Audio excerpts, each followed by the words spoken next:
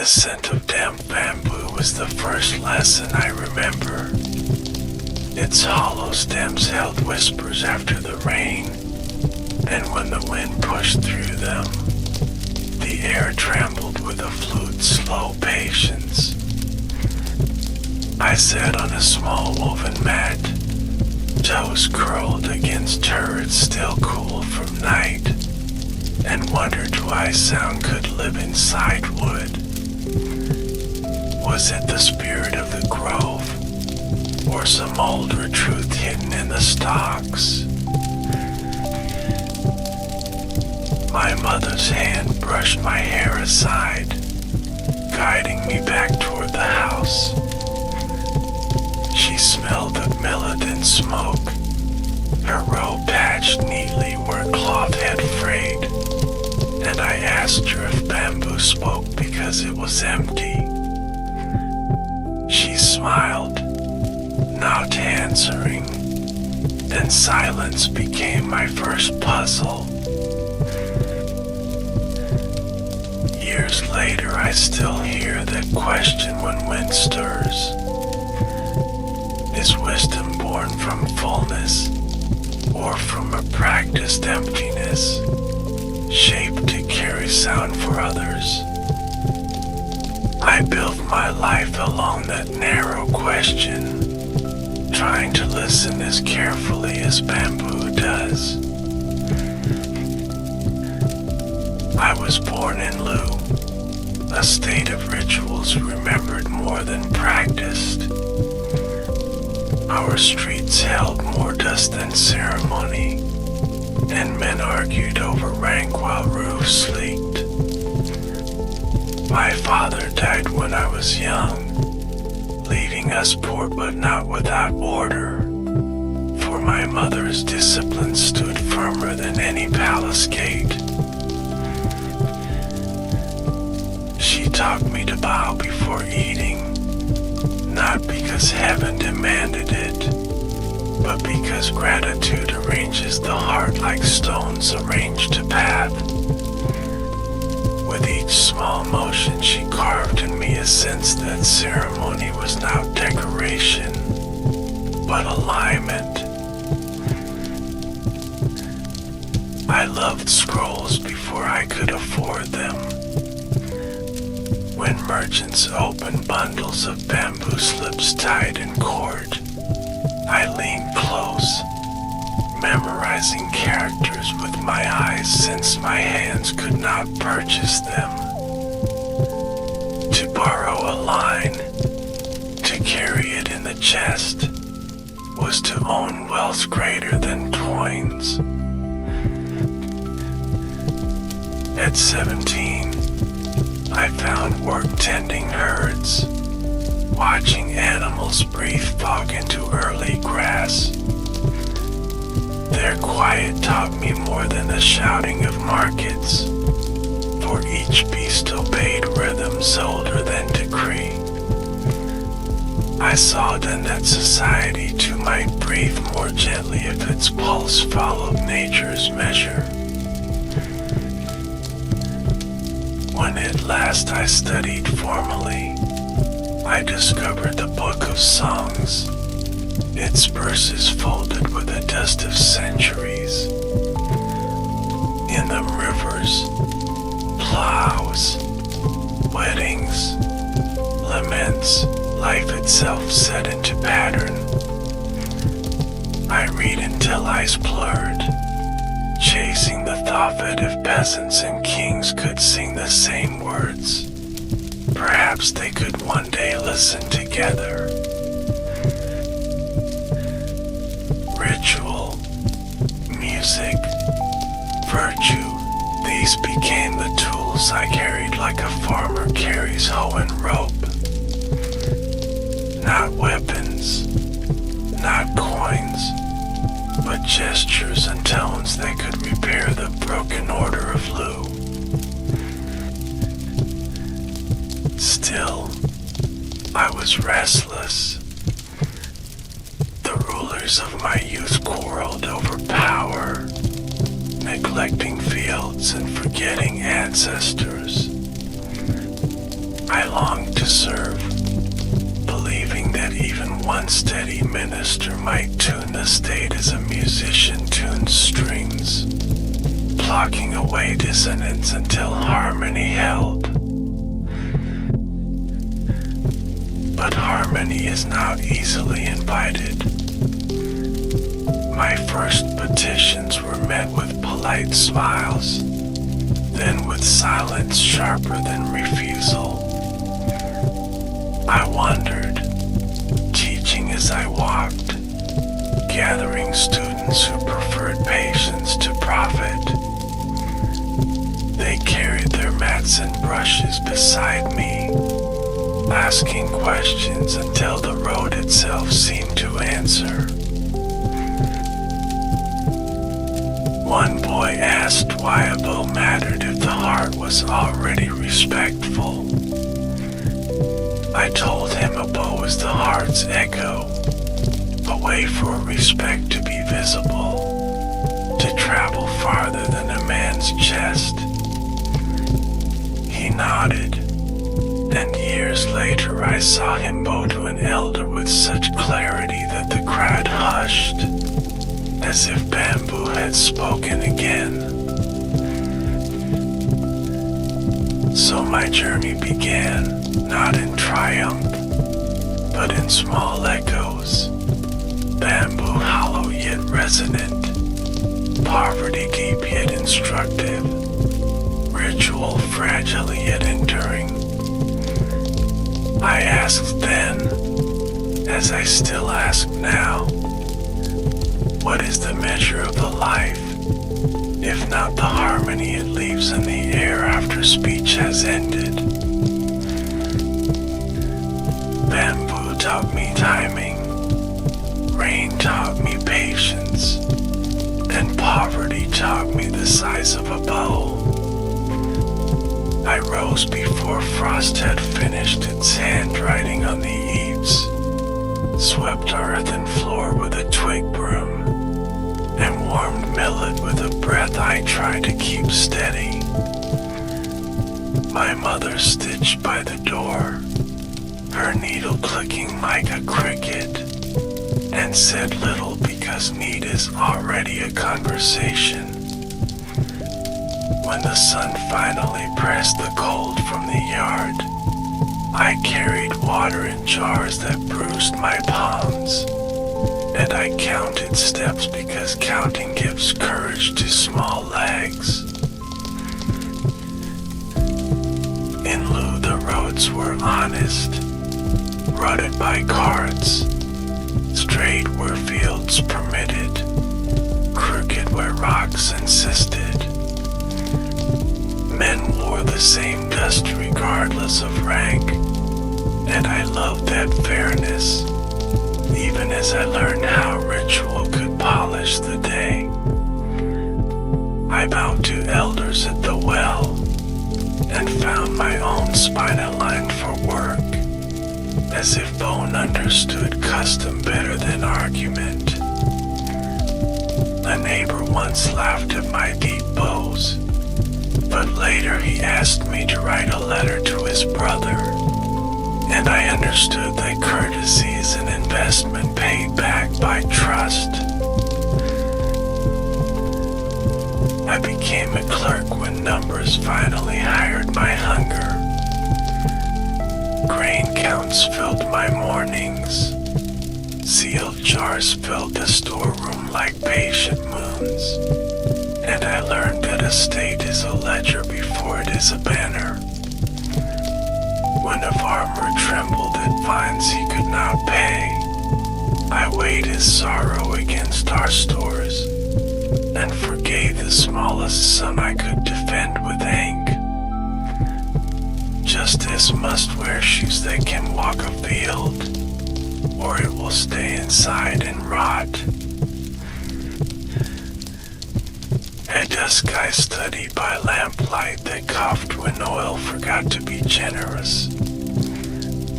I copied lines until the brush hair split, and mended it with spit because thrift is the first tutor of scholars.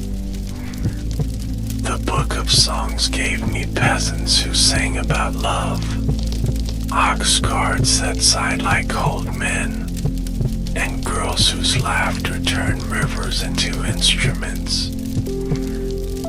Music walked into me through those lines, a courtless kind, and I swore that a ruler who could not keep time with it should not command drums. I married young and learned that kindness is a daily stitch, not a festival robe.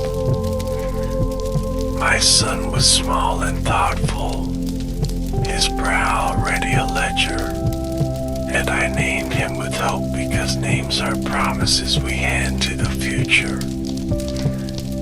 When he slept, I tuned a chin with strings that hummed like bees in cool shade, and my wife smiled at a melody whose rations were modest.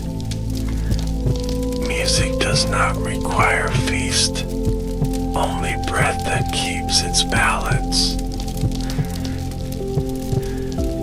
I found students the way rivers find pebbles, by moving forward with a sound they trusted. Yanhwei came first with quiet eyes, a bull chipped clean at the rim, and a hunger that showed respect to hunger. Zilu arrived loud as a market drum, braid as a cart pole, impatient with doors. Zigong brought trade in his fingers, a silver tongue he sharpened against my questions, and a habit of counting profit before virtue. I took them all, because the way needs many feet to be a road. I talked with bowls and brooms before texts and veils. Sweep this yard, I said, until the corners teach you geometry, and then write me the angle you found. Fill this jar, I said, until your shoulders learn weights, and then argue law for widows who cannot lift. Bow to the vigorous, to the duke, for dust equalizes the day long before edicts try. Word reached the court that my broom made scholars, and the duke sent a small summons wrapped in silk that had seen better hands. I entered with shoes that remembered fields, carrying a con I hoped would survive politeness. Ministers argued about borders with voices polished like jade, and I asked who was mending the irrigation ditches while their mouths were busy. Some smiled thinly, some frowned as if tasting vinegar, and the Duke asked me to stay and train stewards who could keep accounts without forgetting seasons. I served, and the court's claws could not conceal its chafe. We corrected weights that had grown generous toward merchants with cousins. We returned temple lands borrowed by men who called theft necessity, and we rewarded farmers with relief when floods made shame of taxes. I stood in the granary till dusk, counting with a finger that shook because compassion should tremble before it decides. Then she sent musicians whose sleeps were rivers. Their flutes were jade reeds, their drums thunder tamed by silk, and the Duke forgot ditches for rhythm that fed no fields. I asked that the music pause for law, that bells wait while contracts learn to be honest, and men who loved applause taught my name new shadows. When favor cooled, I folded my robe, bowed, and left with students whose feet trusted dust more than tiles. We wandered among hunger and thorns, toward states that promised virgin-like taverns promise water.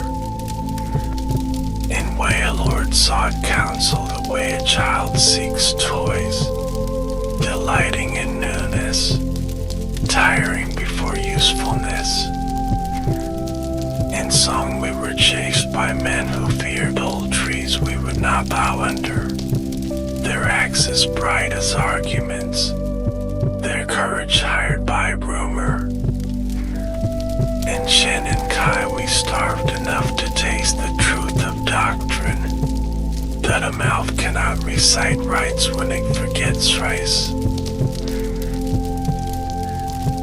Those were my best classes, when ribs counted themselves before sleep, and wind played the bamboo without asking for court permission.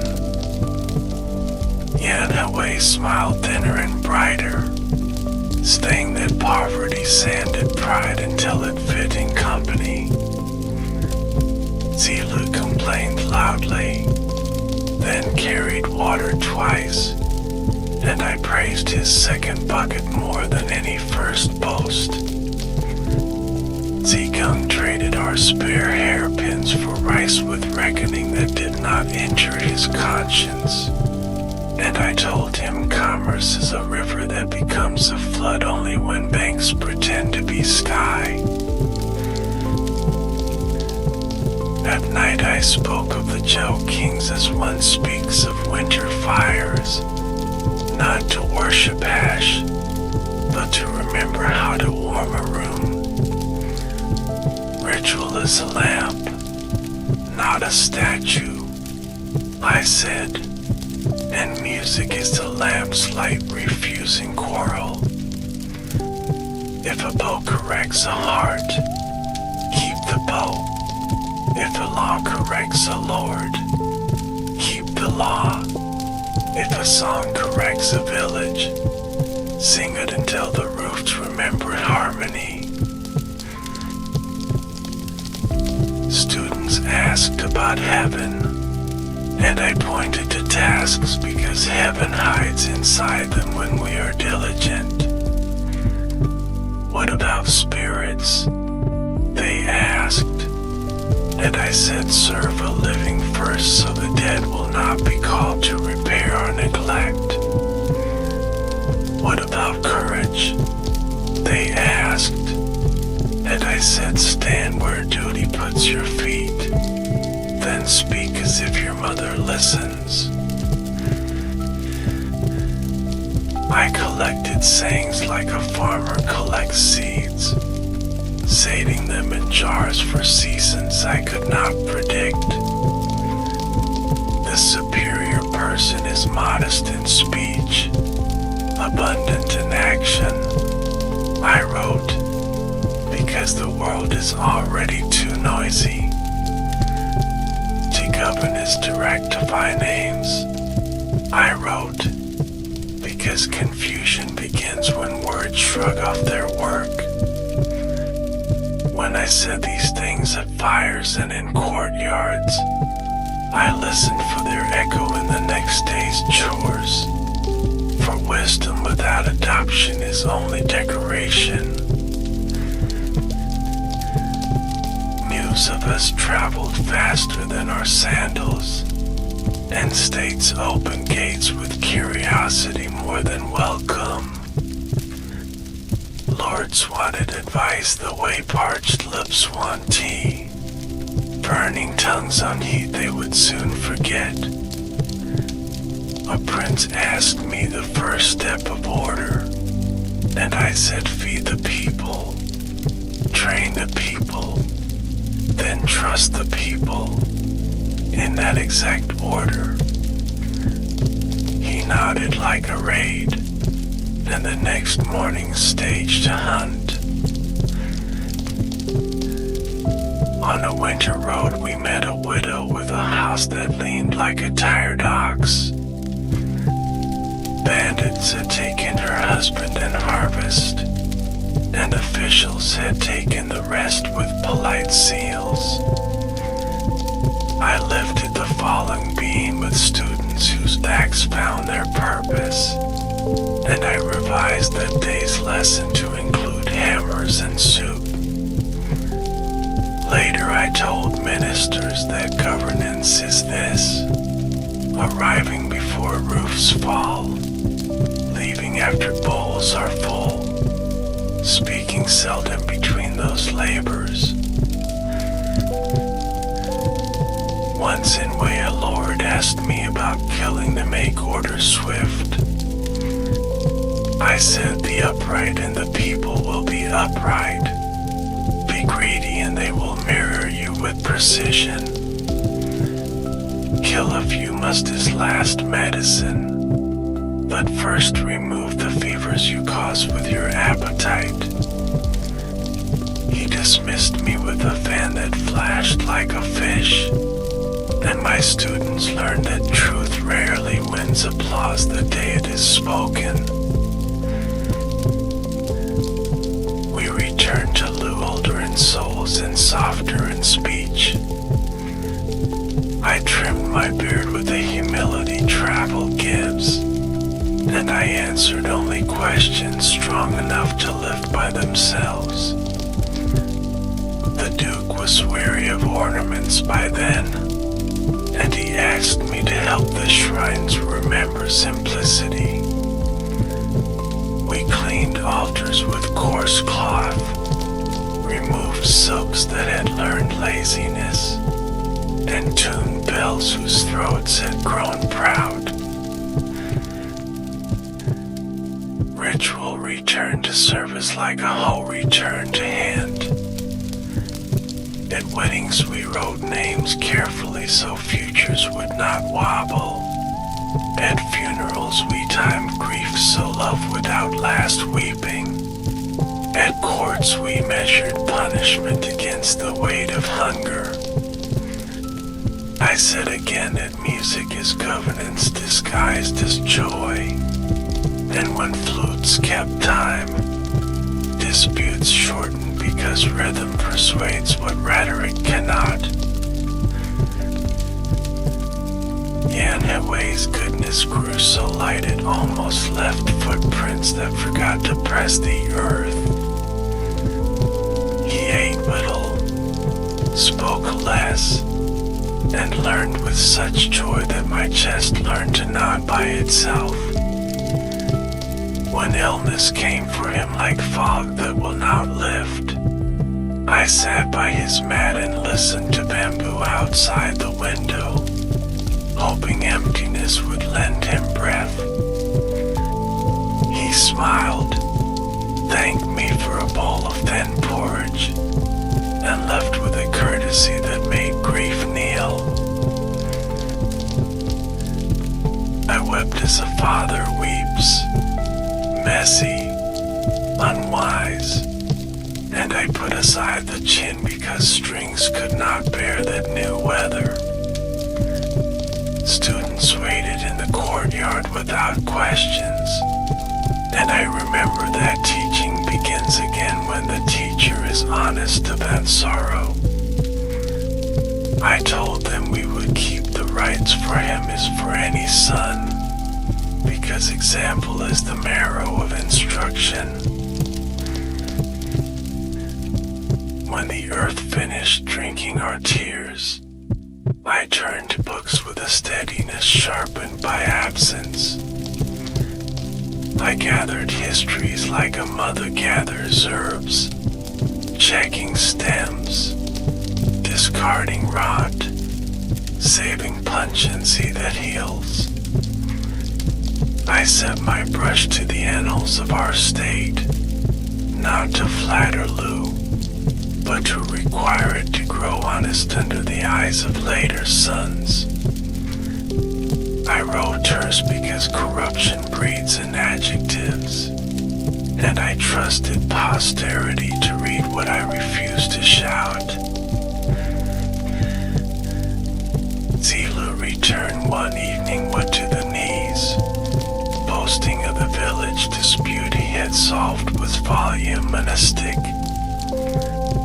I asked him to bring the stick inside, and I presented him with a broom, and he laughed until he realized the lesson was to replace force with form.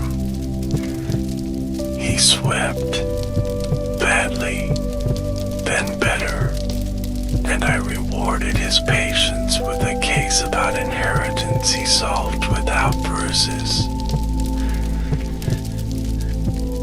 Zikung made profit like a carp swims, gracefully, and I warned him that silk can blind the wrist to its weight. He asked if wealth was sin, and I said neither wealth nor poverty excuse a crooked scale, that straightness is a road both carts may use. Later he purchased grain when floods threatened, held it against panic, and sold it modestly with an eye on widows.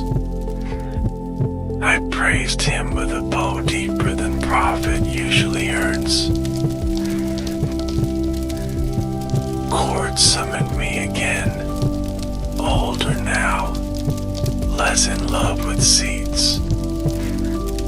I sat at the lower mat on purpose, to test whether counsel depends on height, and I found that minds descend when bodies will not.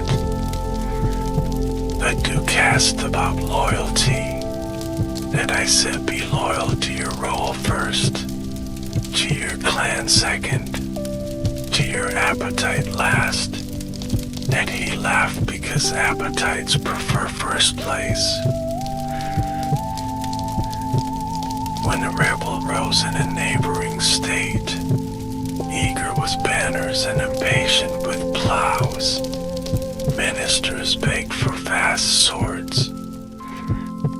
I asked who would harvest if boys died in clever formations, and I proposed a treaty that returned land to farmers before praise to heroes.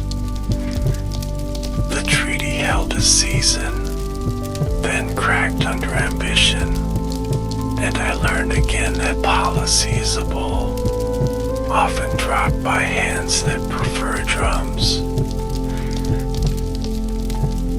I aged into a teacher the way a tree ages into a courtyard, offering shade without plan. My knees announced weather, my beard borrowed winter even in autumn, and I stopped pursuing thrones as if thrones were wells. I kept a list of students who answered softly when challenged, because softness under inquiry is strength in the city. Once a magistrate asked how to make people honest. Be honest yourself. Reduce taxes you do not need. Appoint those who blush at praise, and publish your own mistakes at market, I said. He asked for a shorter answer, and I said use short answers only after long labor. I still visited the bamboo at dawn, and I practiced emptiness the way a potter practices clay, shaping absence to carry water. Breaths counted themselves into steadiness, and the first birds made corrections to my rhythm without offense. I remembered my first question, whether sound lives in wood because it is hollow, and I smiled that a boy's wonder had grown into a statecraft. A messenger once found me while I repaired a roof for an old aunt. He carried silk with seals that believed themselves important, and he frowned at my clay hands. I told him that roofs deserve ministers more often than courts do, and he waited with a patience stitched by embarrassment. After the tiles aligned, I washed, read his summons, and sent back my regrets written in plain characters a tired clerk could understand. Students urged me to return to office, to save what could be saved before Rod shows its own music. I said I would serve if the Lord loved learning more than consonant applause, if he would meet farmers before harvests, if he would punish himself before clerks when error appeared. Such a Lord did not arrive, and my disappointment learned to till smaller fields. I refined the analects without naming them as such, simply gathering conversations like a mother gathers toys before night. Zengzi kept records with hands that did not rush, and I trusted him because patience is a kind of truth. We debated whether a single sentence could hold a life, and I answered with the simplest bull I owned, that sustenance prefers playing rims. When I visited graves, I read names as if they were unanswered letters. I bowed 3 times, not to ghosts, but to duty that remained for the living. I told my students to mournfully then return to work, because grief is a river that must be crossed, not a house to inherit. Rulers changed like masks, and wars taught boys to write with spears. I spoke less in courts, more in kitchens, where mothers needed calendars and fair prices more than proverbs. I taught a baker to weigh flour against honesty, and winter loaves rose the same each morning. I felt more use than any ceremony I had polished.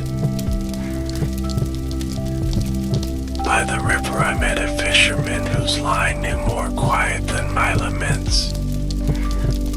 He asked me whether sages float or swim, and I said they wade, feeling the stones that keep a body upright.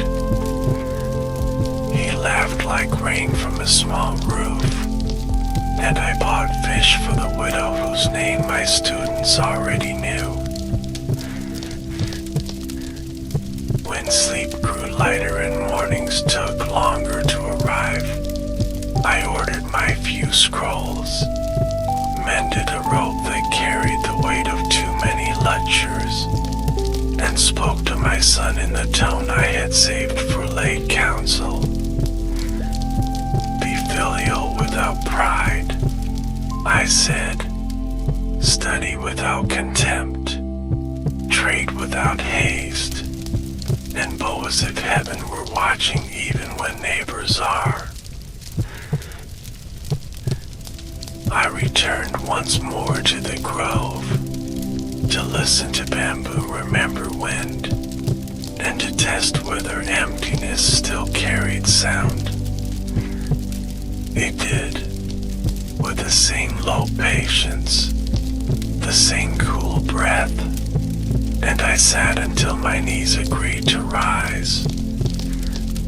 On the path home a child tugged his mother's sleeve and bowed, crooked but sincere, and the day felt complete. If I have left anything for Lou, it is a habit, not a law. Sweep before you speak, feed before you praise, tune before you summon. Correct names brooms so mouths will not betray hands, on elders so children will not feel fatherless with full bowls, and keep music nearby to teach the heart what prose forgets. As dusk folded its paper cranes over the roofs, I wrote one more line about gentle strength, sealed it with the warmth of my palm, and laid the brush down as a farmer lays down a hoe in winter. Tomorrow others will open schools, not under banners, but under trees, and youths will ask why the bamboo sounds because it is hollow. Tell them yes, tell them emptiness is the vessel of music, and that a good ruler, a good parent, and a good friend learn to be spacious without becoming absent.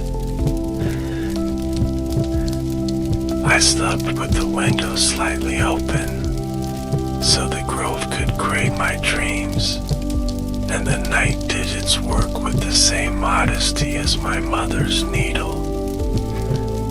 If heaven judged me, it judged me by my broom and bowls, by students who left my gate quieter than they entered, and by songs that made strangers stand straighter without knowing why. This is my beginning told as a middle, my middle folded back into a beginning, a life that tried to make conduct hum in tune with fields.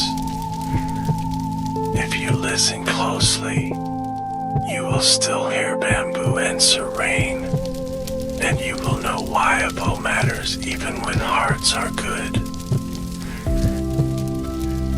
Dawn crept along the eaves like a careful brush stroke, and I rose before the light had finished pronouncing itself. The courtyard stones were cold, honest, and I swept them until the broom taught my wrists a quieter argument than any court debate. Bamboo answered a small wind in a lane, a hollow patience, and I remembered the rule I had given myself long ago. Begin with order a hand can touch, then approach what a mind desires. Students arrived with winter on their sleeves, faces bright from the walk, eyes waiting to be put to work.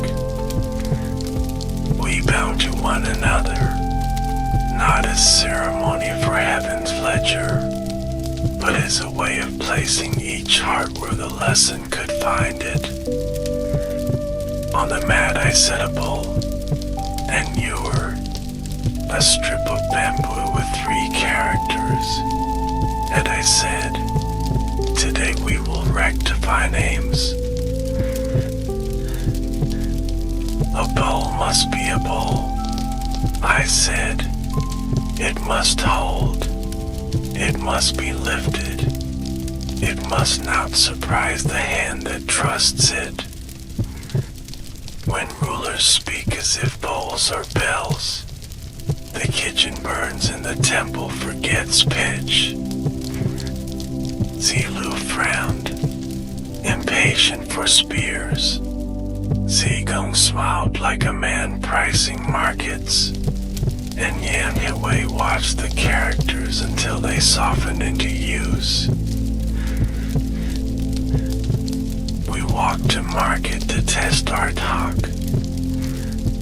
A vendor sold grain with a measure shape thin at the lip, and I held it to the sun as a physician holds a child's wrist. He blushed. I said nothing, and he reached under the mat for an older cup whose rim had not learned deceit. The crowd said little, but 3 other measures were exchanged before noon, and the market breathed more evenly by evening. governance is not thunder. I told the boys later, it is the quiet weight of a straight rim. If we fix nouns, verbs learn their path, and punishments can rest. Rumor brought another summons from way, parchment smelling of lacquer rather than rain. My knees were older, but my feet still knew the road, and my students argued like sparrows about whether we should go. Go, I said, because even a mistaken prince occasionally opens a correct window. Way presented banquet first, questions second. Musicians embroidered the room with sound while officials stitched flattery into the air, and I answered the prince with bowls rather than bells. Rectify the granaries before the drums, appoint the bashful before the belled, lengthen punishments only after shortening your own table's portions, I said. He laughed behind the sleeve, but he listened longer than last year, and 2 stewards with greedy ledgers were sent home before dawn. Travel pared us down to what we could carry. On the road to song, we were stopped by men who mistook straight talk for rebellion, and axes glittered like opinions in noon sun. I stood beneath a sacred tree, refusing to bow to fear shaped like piety, and I spoke of rights as bridges for feet, not as ropes for throats. They muttered, they measured us, and they let the road return to its work. In Chenin K, famine braided our ribs. We ate roots softened in patient water, and the boys learned how hunger read its philosophy. Yanaway smiled with emptier cheeks, praising a breeze for its exact coolness, and Zilu carried 2 jars when one would have done, scowling at heaven but scowling while helpful. Zikung bartered a hairpin for millet without bruising the widow who sold it, and I called that a victory better than clever talk. One dusk we sang from the book of songs to quiet the body's noise. I chose verses of plowing and of weddings where hands remembered promises better than mouths, and the grove answered with its hollow kindness.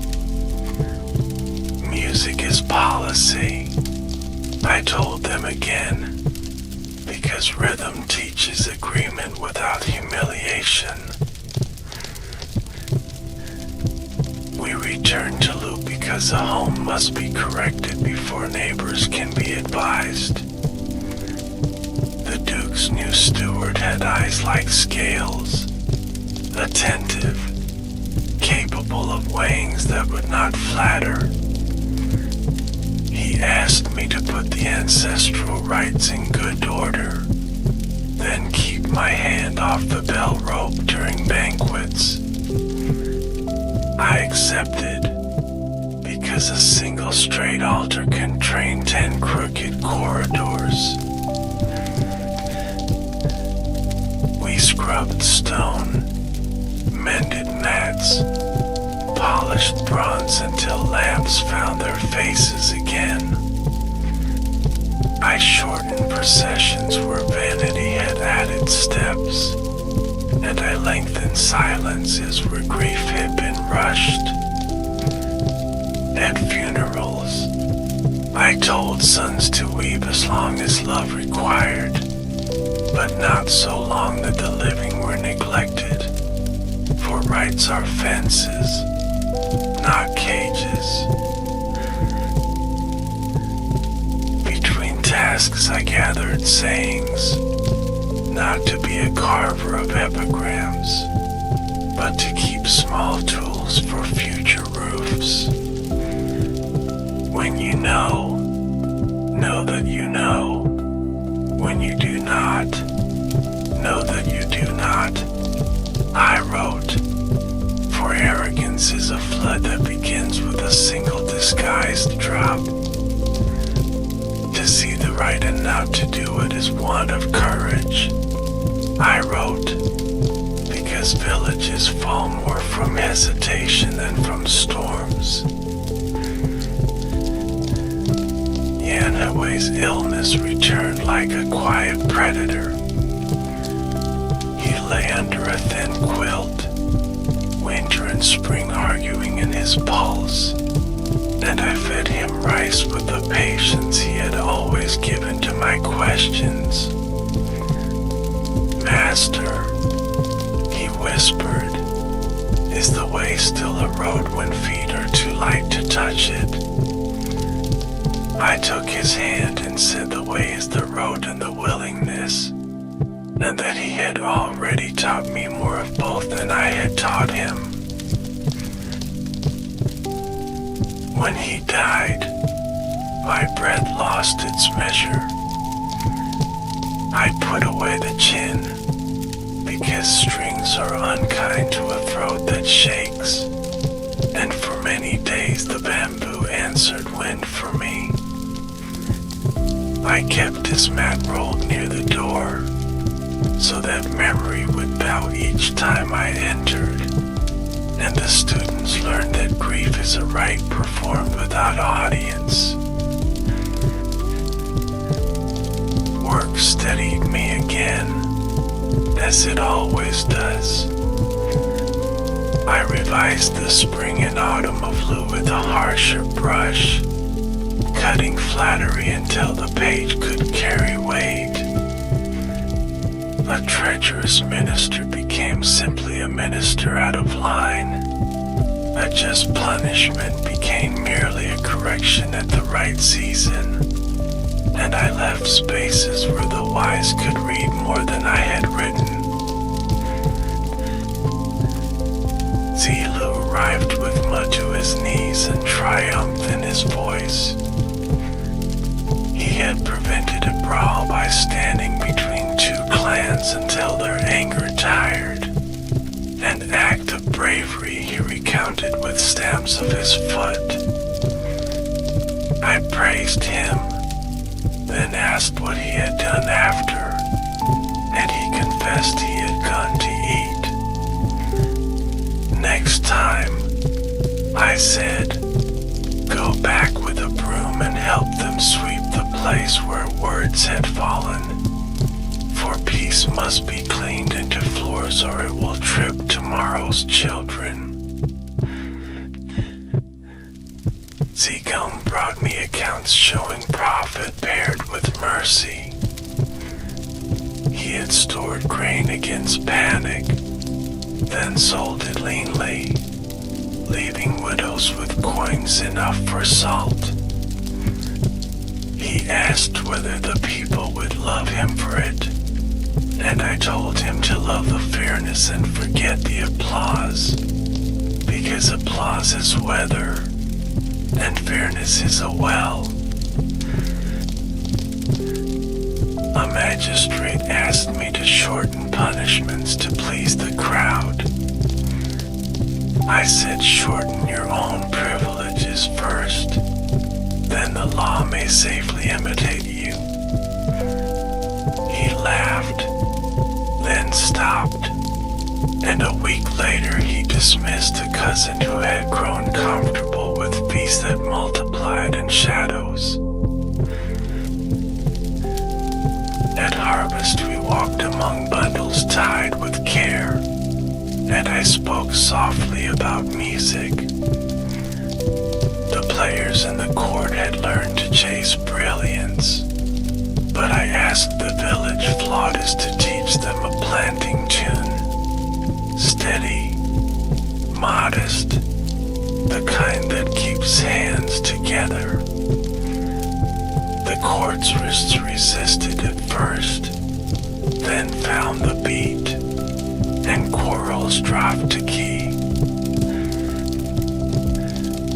I grew older, and my advice shortened.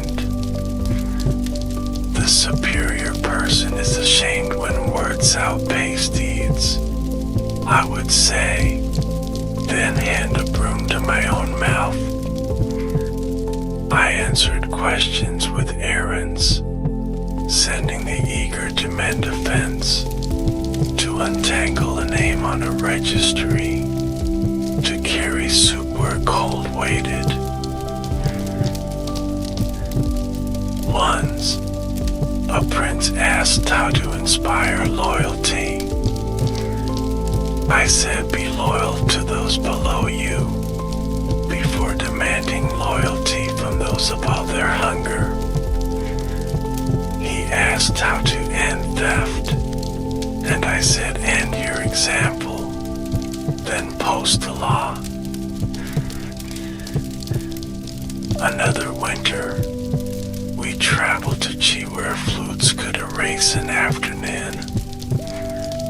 I admired their skill, but I asked the chief musician to show me the skill used for tax relief, and he blinked as if I had spoken in unfamiliar mode. Music that does not teach justice, I said, is a silk that forgets the body it must warm. Years gathered like leaves in the courtyard. My mother's robe, patched so often, became the flag of my memory, and I kept it folded where morning could greet it. I wrote less, repeated more, refining counsel into syllables that even the tired farmer might carry between furrows. Sickness visited with the courtesy of old acquaintance. I moved slower across the mat, and I allowed students to finish my sentences when breath took the scenic road. A neighbor's child brought a bowl of millet, set it down with a bow I had taught his father, and I felt the way alive in that motion. What is filial piety? One of the boys asked at my bedside. It is feeding your parents, yes, but also not shaming them in the street and not flattering them at home, I said. It is correcting them gently when error grows, and letting them correct you sternly when pride does. Another asked about death. Serve the living, I said. Complete the rites, then return to your post. The dead are not honored by the neglect of those they loved. I thought of my father only in outlines, a figure holding the gate steady in wind. My mother, I remembered in the weight of her needle, the sound of millet stirred at dawn, the way her silence told truth she had no coin to decorate. When I closed my eyes, bamboo returned, carrying the same lesson. Emptiness is the shape that carries music far. When the fever deepened, I asked to be moved near the open lattice. Windrowed characters I could not see upon my skin, and I recited lines so softly they were more breath than sound. Zhengzi kept the room in order, announcing the hour with a glance at the water clock, and the boys took turns setting the lamp where shadow would not startle me. I told them the last things first. Correct names, keep promises, prefer the bashful, mistrust the glitter, stay near kitchens, read the songs with hands clean, the documents with feet clean, the rights with hearts clean by labor. I asked to hear the bamboo, and the boys opened the window wider. The grove spoke, low, continuous, like the river's older brother, and I let that sound pass through me until my thoughts aligned like slips tied in one thread. A memory visited of a widow's leaning house, of the beam we lifted with more duty than strength, of her bow that made the lane quieter for a week. Another, of Zila laughing with a broom he had learned to respect, of Zigon counting coins as if they were guests who deserved fair seating, of Anne Hoey's empty bowl that had never banged. The boys asked if I feared judgment. I said I feared leading them without chores, and they laughed, and their laughter washed the room like spring. Breath became a smaller music, and then a counting, and then a courtesy.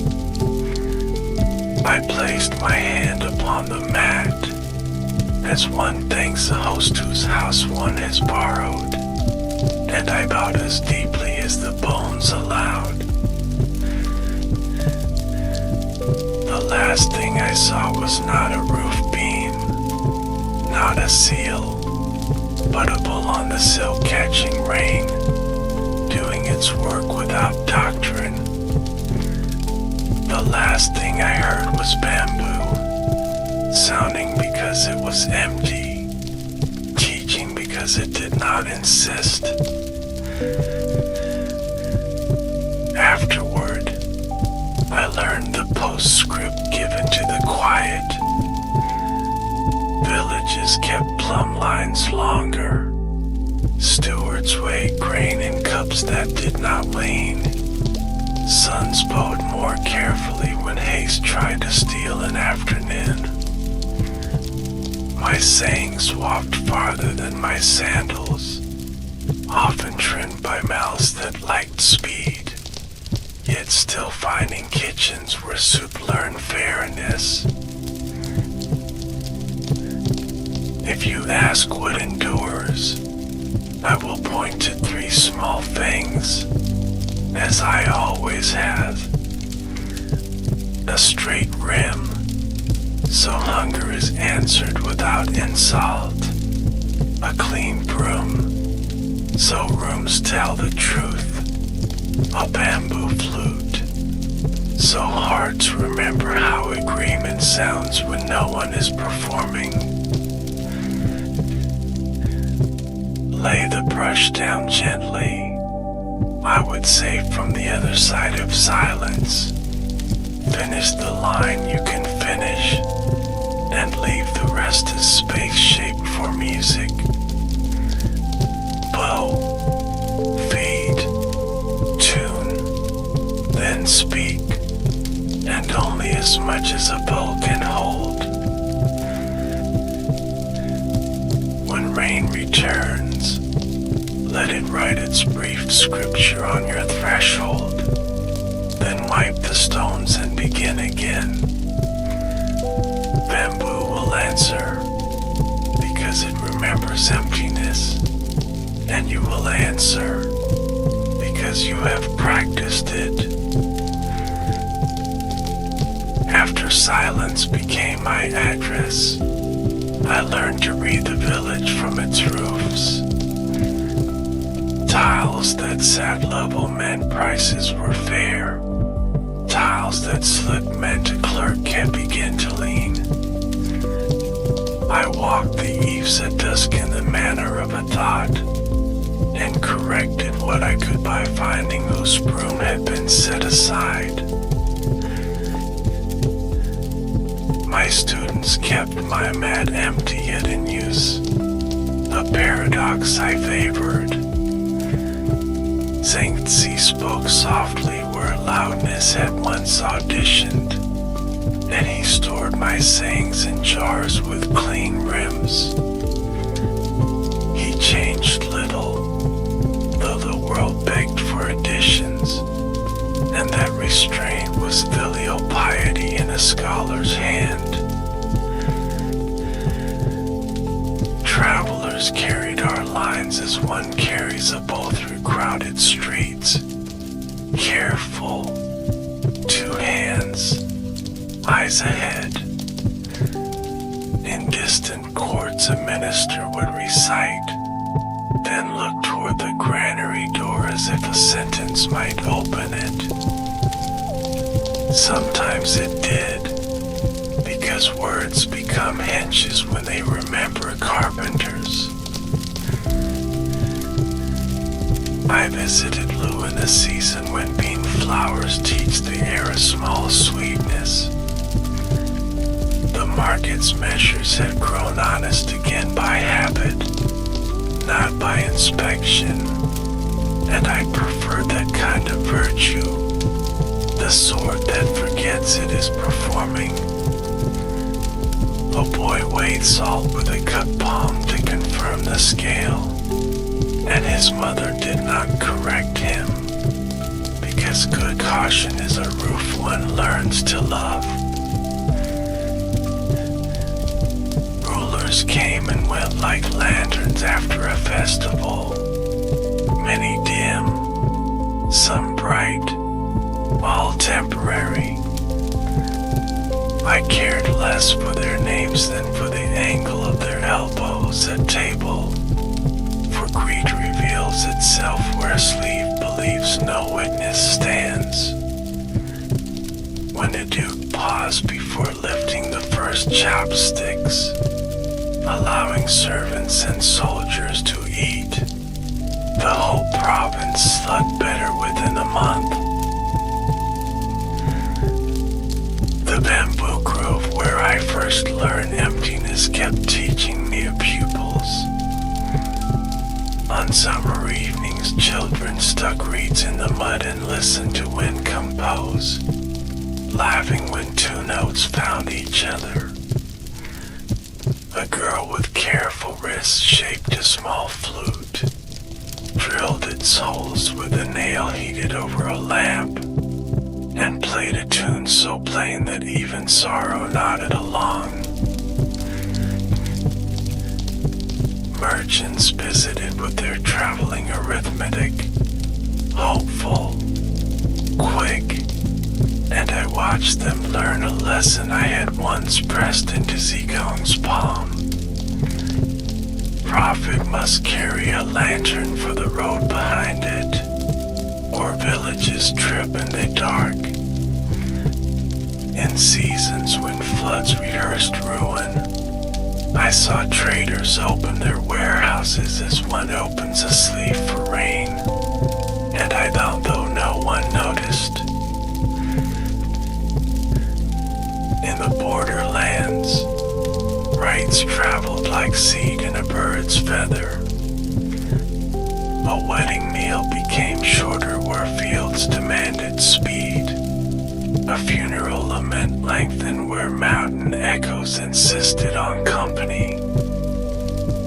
I approved the edits made by terrain, for the way respects local weather without losing season.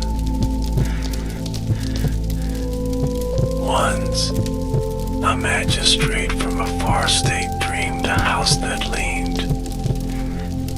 He woke and ordered edits, found weights shaved, name brooms unrectified, brooms ornamental. He wrote in his ledger a single line, the measure must be whole.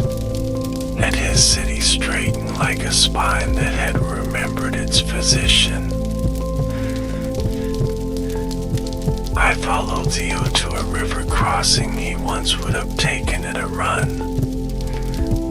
He stood now, older, watching the ferry with the patience we had argued into him.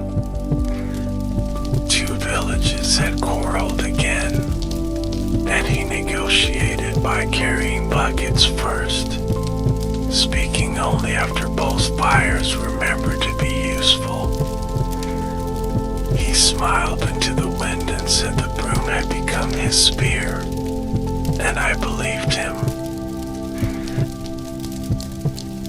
Zicum wrote a letter on silk that did not brag, a marvel in itself. He proposed that traders publish their measures in margins at market, a ritual of numbers, so wives could calculate supper without trembling.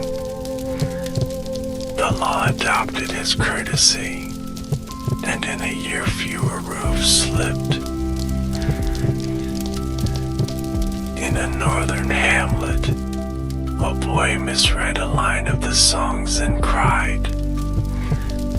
The teacher did not scold, but turned the error into a proverb about care, and the class spoke to both. I remembered my own first misreadings, how the brush had taught humility by staining my sleeve, and I thanked the ink again.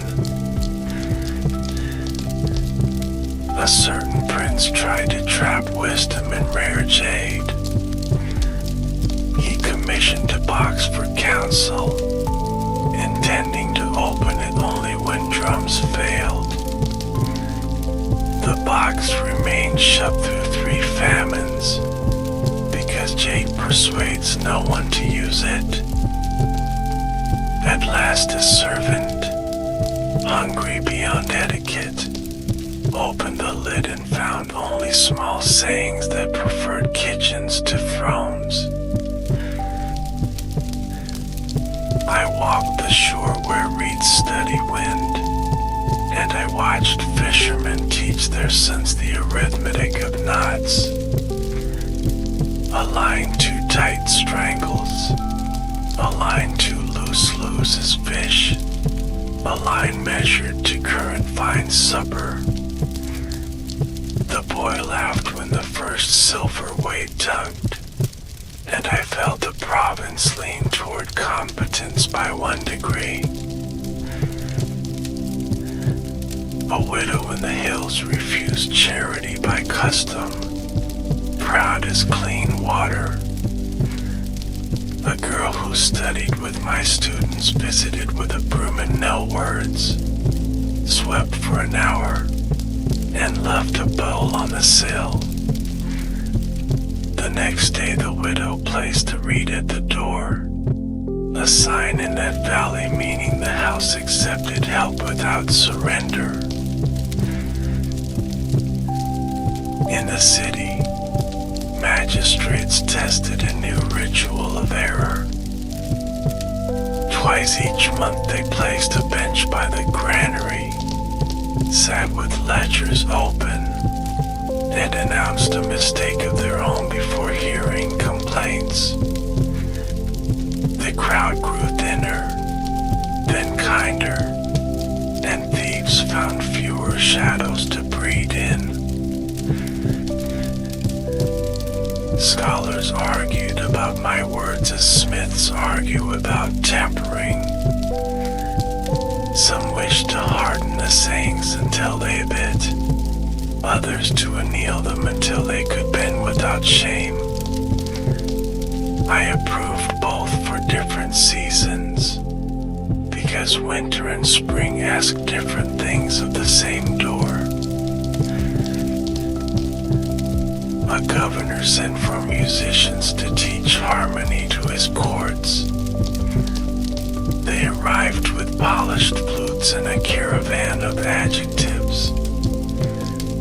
A village woman stepped forward with a rough pipe, played the planting song, and the governor dismissed an entire wing of ornament. Zhangzi aged into a tree that refused to fall, roots in duty, leaves in mercy. He kept the analects from swelling, pruned repetitions I had loved, and loved a path of sentences a tired official could walk at dusk. At New Year, families bowed to tablets with sincerity more than skill. I counted the pauses where breath admitted dead, and I considered the ceremony successful not when tears appeared, but when chores improved in the week following. A scholar from the West asked if names needed rectifying again. He said carts were being called clouds, and taxes called gifts, and soldiers called messengers. I said then a brush must return to its first job, writing bowl upon bowl until hands remember the weight. In a small school, a teacher hung 3 objects over the door: a broom, a straight measure, a reed flute.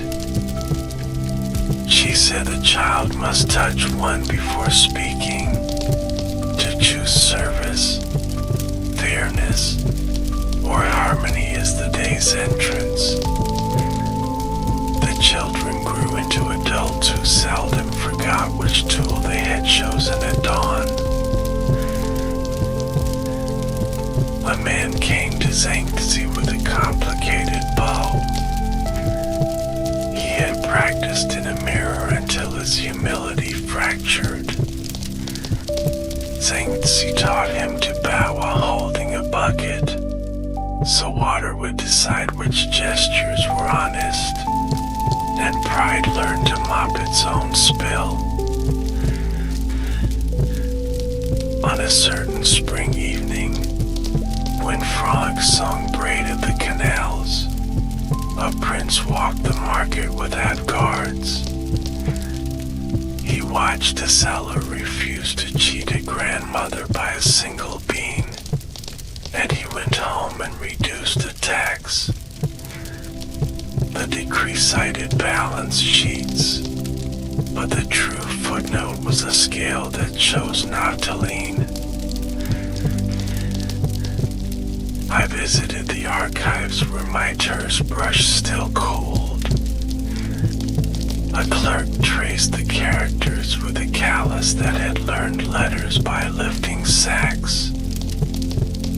He smiled at the places I had left silent, and I was content that the text had become a mirror rather than a trumpet. Farmers invented a right I would have envied. Before planting, they set an empty bowl on the path, each family adding a handful of seed as they passed to the fields. At dusk, the elders carried the bowl to the poorest widow's door, and the village slept under one less worry. In winter, when breath becomes visible and truth prefers short sentences, I watched boys practice scales on prude pipes. Their fingers fumbled, then found, and I thought how governance sounds the same at first, until one village squares to another and a country appears like a court. Travelers from beyond the passes brought stories of distant courts that spoke my name with new accents. Some crowned me with laurels I had never worn. Others scolded me for not loving mountains enough. I accepted both as weather and watched the kitchens to know what the climate truly was. A girl asked at her grandmother's funeral if tears should be hidden. The elder women wiped their cheeks openly and continued their tasks, showing her the answer without debate. Rights succeed when questions do not need words. A certain state replaced drums at announcements with the sound of a ladle tapping a straight rim. Citizens smiled at the modesty of it, and attendance rose. Clamor can summon crowds, but steadiness keeps them.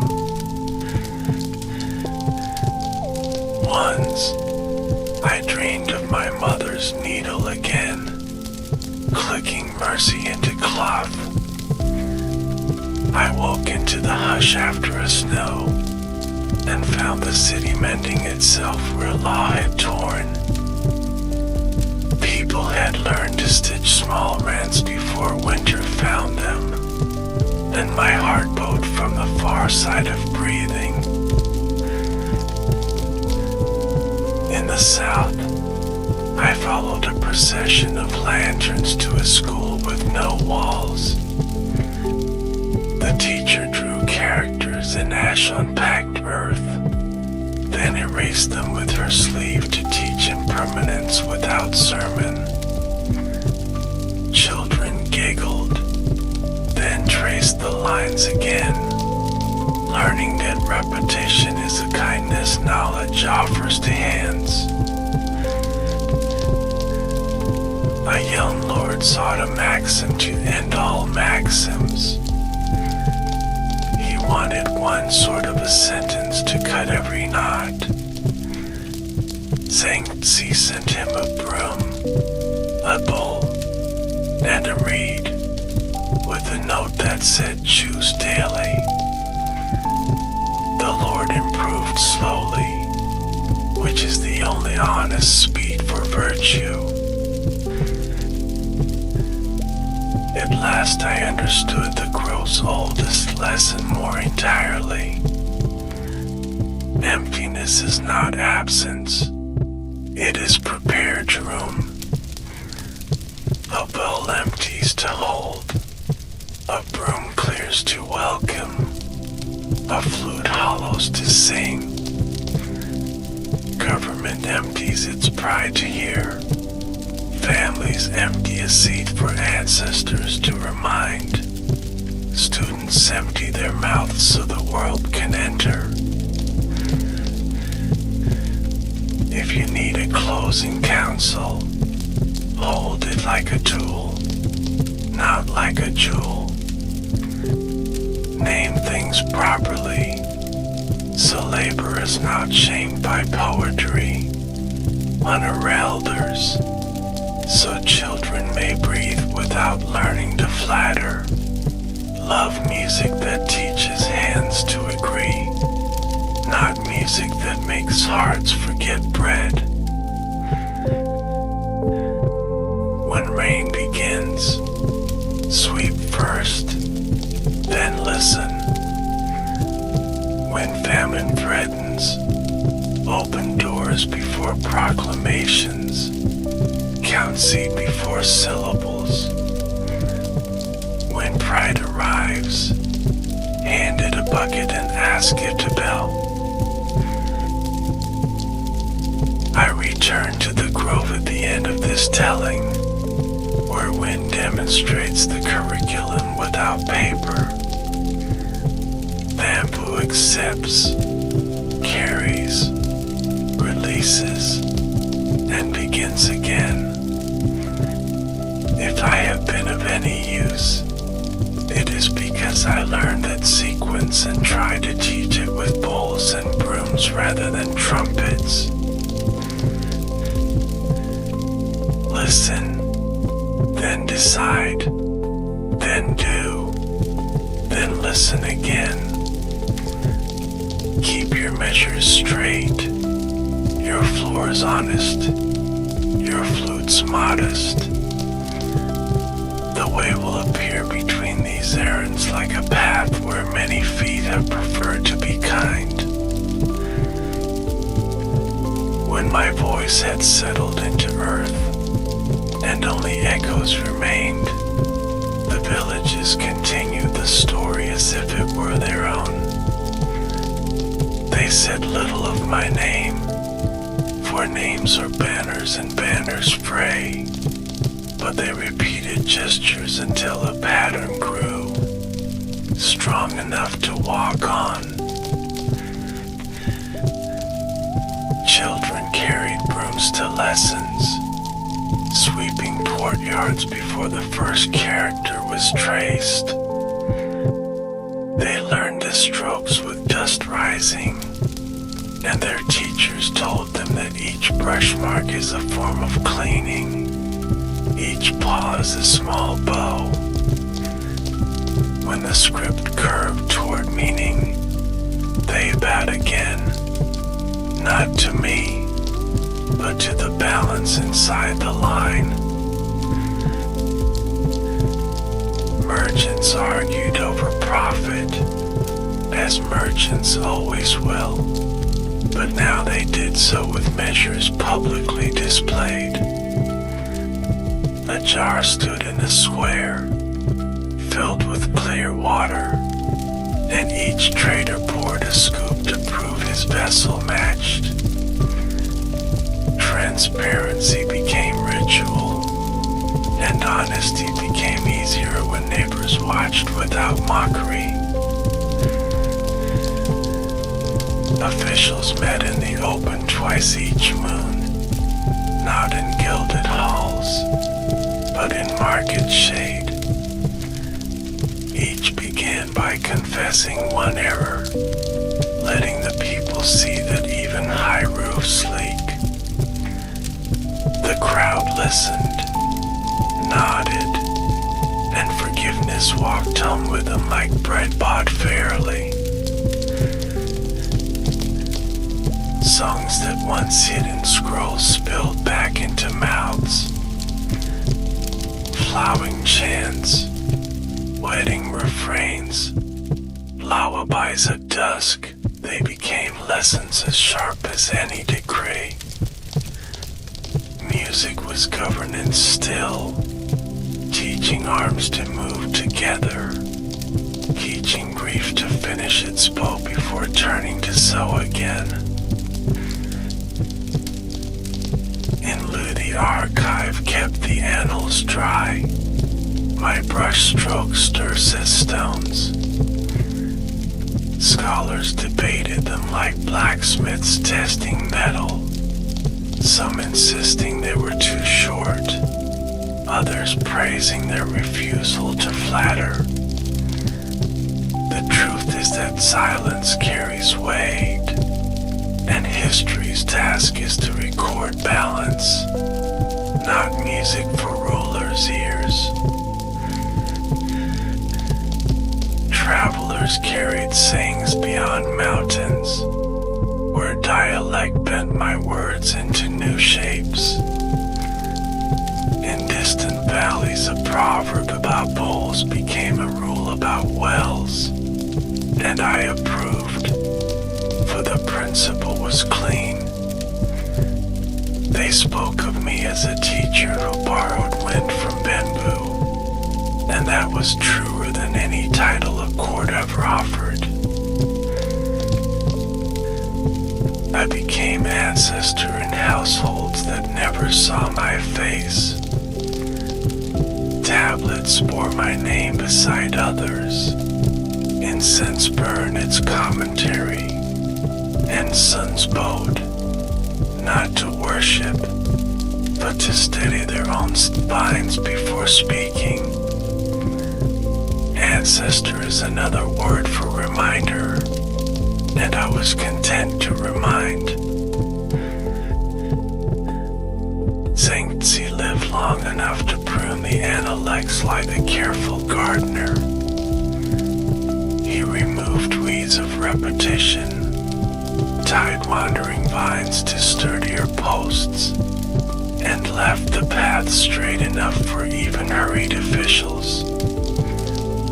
Later generations walked that path, arguing as they went, which is proper, for argument is the friction by which clarity sharpens.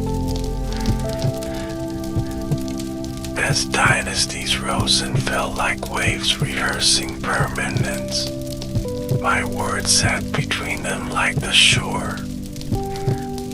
Some rulers polished my name on stone to justify their weight. Others ignored it until famine forced their ears. I mattered less than the rituals that survived. Bulls kept honest. Brooms kept busy. Flutes kept modest. Centuries folded. Ink faded. But mothers still corrected sons by pointing to fairness before profit. Teachers still opened lessons with a sweep. Officials still feared being named crooked in the market. And families still kept deceit for those who had walked before. In these habits, I still lived, not as master, but as repetition. If you search for me, you will not find me in a palace. Look instead at a child correcting his own bow, at a widow accepting help without shame, at a merchant pouring water to prove his measure. There I am, not as statue, but as gesture. The grove still speaks when wind obliges. Its hollow patience carries across seasons, reminding each listener that emptiness is not void, but vessel. Let the sound enter you, shape you, and pass through without clinging. In that music, you will hear my entire life, my teaching, my errors, and my bow. So ends the telling, not with thunder, not with seals, but with a reed carrying air. May your bowls be straight, your brooms steady, and your flutes modest. May your names fit your deeds, and your silence carry harmony farther than speech dares.